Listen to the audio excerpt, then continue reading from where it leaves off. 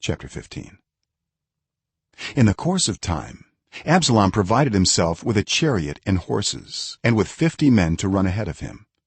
He would get up early and stand by the side of the road leading to the city gate. Whenever anyone came with a complaint to be placed before the king for a decision, Absalom would call out to him, "What town are you from?" He would answer, "Your servant is from one of the tribes of Israel." Then Absalom would say to him, "Look, your claims are valid and proper, but there is no representative of the king to hear you." And Absalom would add, "If only I were appointed judge in the land, then everyone who has a complaint or case could come to me, and I would see that they receive justice." Also, whenever anyone approached him to bow down before him, Absalom would reach out his hand, take hold of him, and kiss him. Absalom behaved in this way toward all the Israelites who came to the king asking for justice, and so he stole the hearts of the people of Israel. At the end of 4 years, Absalom said to the king, "Let me go to Hebron and fulfill a vow I made to the Lord. While your servant was living in Geshur in Aram, I made this vow: if the Lord takes me back to Jerusalem, I will worship the Lord in Hebron." The king said to him, "Go in peace." So he went to Hebron. Then Absalom sent secret messengers throughout the tribes of Israel to say, "As soon as you hear the sound of the trumpets, then say, 'Absalom is king in Hebron.'" 200 men from Jerusalem had accompanied Absalom. They had been invited as guests and went quite innocently, knowing nothing about the matter. While Absalom was offering sacrifices, he also sent for Ahithophel the Gilonite, David's counselor, to come from Gilo, his hometown. And so the conspiracy gained strength, and Absalom's following kept on increasing. A messenger came and told David, "The hearts of the people of Israel are with Absalom." Then David said to all his officials who were with him in Jerusalem, "Come, we must flee, or none of us will escape from Absalom.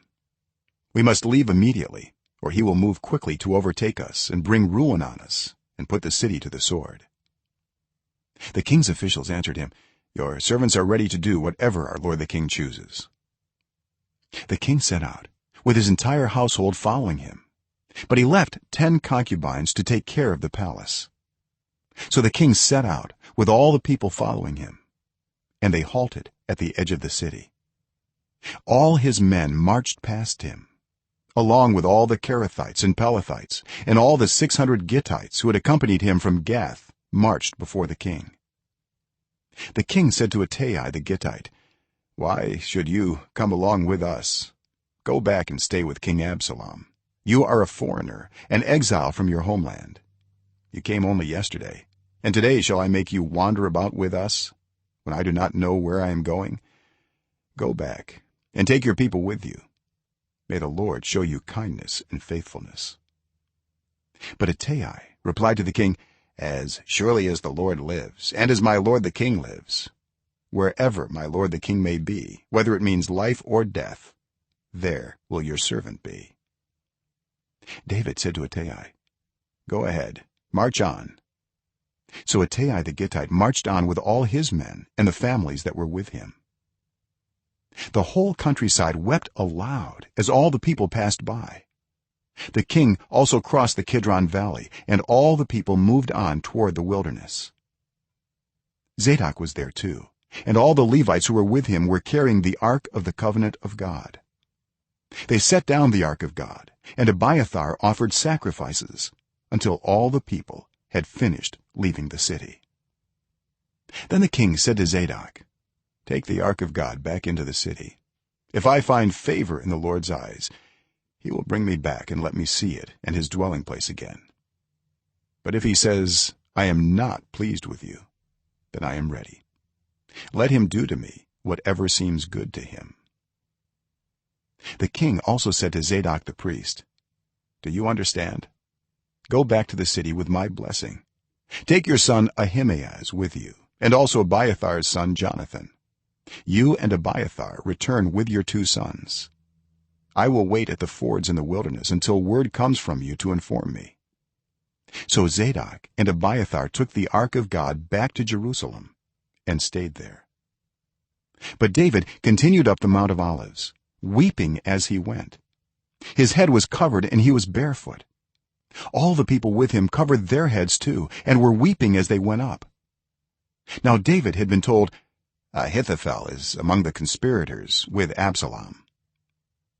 So David prayed, "Lord, turn Ahithophel's counsel into foolishness." When David arrived at the summit where people used to worship God, Hushai the Archite was there to meet him, his robe torn and dust on his head. David said to him, "If you go with me, you will be a burden to me. But if you return to the city and say to Absalom, 'Your Majesty, I will be your servant. I was your father's servant in the past, but now I will be your servant,' then you can help me by frustrating Ahithophel's advice. Won't the priests Zadok and Abiathar be there with you? Tell them anything you hear in the king's palace. Their two sons, Ahimaaz son of Zadok and Jonathan son of Abiathar, are there with them. Send them to me with anything you hear."